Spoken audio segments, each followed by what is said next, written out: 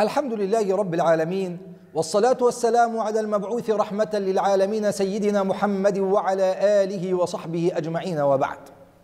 أيها المشاهد الكريم، في اللقاء السابق تحدثنا عن الركن الثاني لتحقيق الحياة الأسرية الهادئة والمستقرة، وهو مبدأ التكامل، وبينا بعض الحقوق الواجبة على الزوج تجاه زوجته. واليوم نبين ما يجب على المرأة تجاه زوجها حتى تتكامل أركان الزواج في الأخذ والعطاء. والأمر يتلخص في شيء بسيط في لفظه، إلا أنه صعب في تطبيقه، ألا وهو حسن الخلق والعشرة الطيبة.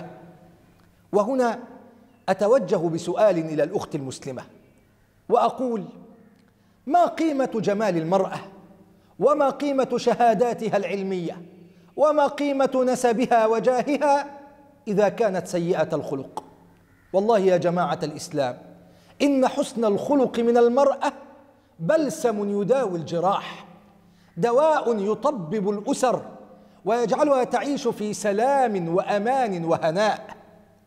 ومن العشرة الطيبة أن تكون المرأة مطيعة لزوجها ما لم يأمرها بمعصية الله عز وجل، فالرسول صلى الله عليه وسلم يقول: إذا صلت المرأة خمسها وصامت شهرها وحصنت فرجها وأطاعت زوجها قيل لها يوم القيامة: ادخلي من أي أبواب الجنة شئت. كذلك من العشرة الطيبة أن تكون المرأة المأوى الذي يسكن إليه زوجها، وأن تكون النفس الذي يأنس به، والوجه الذي يستبشر به، والظهر الذي يستند عليه في مواجهة متاعب الدنيا. فسيدنا رسول الله صلى الله عليه وسلم يقول: خير النساء امرأة إذا نظرت إليها سرتك، وإذا أمرتها أطاعتك، وإذا غبت عنها حفظتك في نفسها ومالك.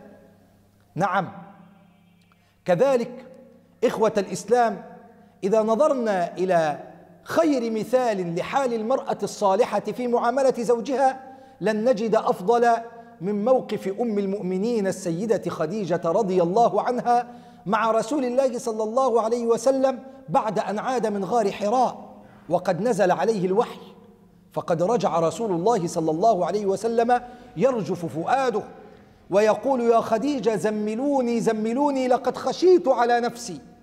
فماذا فعلت السيدة خديجة؟ هل عاتبت؟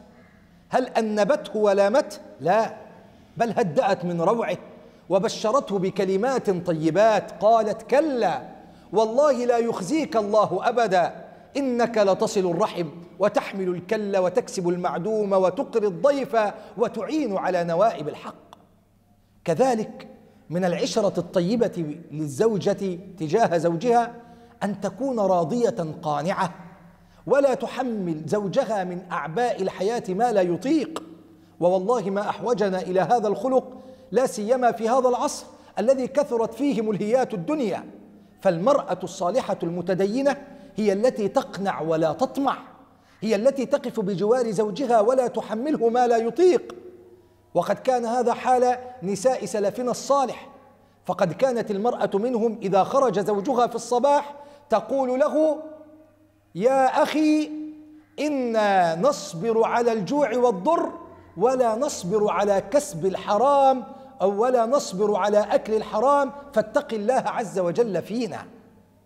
وأختم حديثي بوصية رائعة قالتها السيدة أمامة بنت الحارث لابنتها أم إياس ليلة زفافها، وهي وصية تكتب بماء الذهب، لو طبقناها في حياتنا لاستقامت أمورنا ولسلمت أسرنا. قالت لها: أي بنية، اعلمي أنك ستفارقين العش الذي فيه درجت إلى بيت لم تألفيه وقرين لم تعرفيه، فكوني له أمة يكن لك عبدا، واحفظي له خصالا 10 تكن لك ذخرا.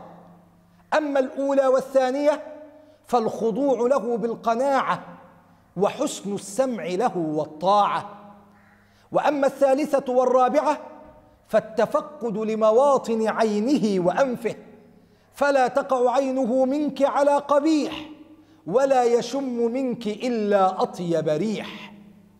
وأما الخامسة والسادسة فالتفقد لوقت منامه وطعامه، فإن تنغيص النوم مغضبة، وإن تواتر الجوع ملهبة.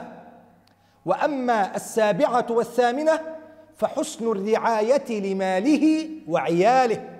وأما التاسعة والعاشرة فلا تفرحي إن كان مغتما، ولا تحزني إن كان فرحا. نسأل الله العلي القدير أن يجعل بيوتنا عامرة بالسكينة والمحبة والأمن والأمان، إنه ولي ذلك والقادر عليه. وصلى الله على سيدنا محمد وعلى آله وصحبه وسلم.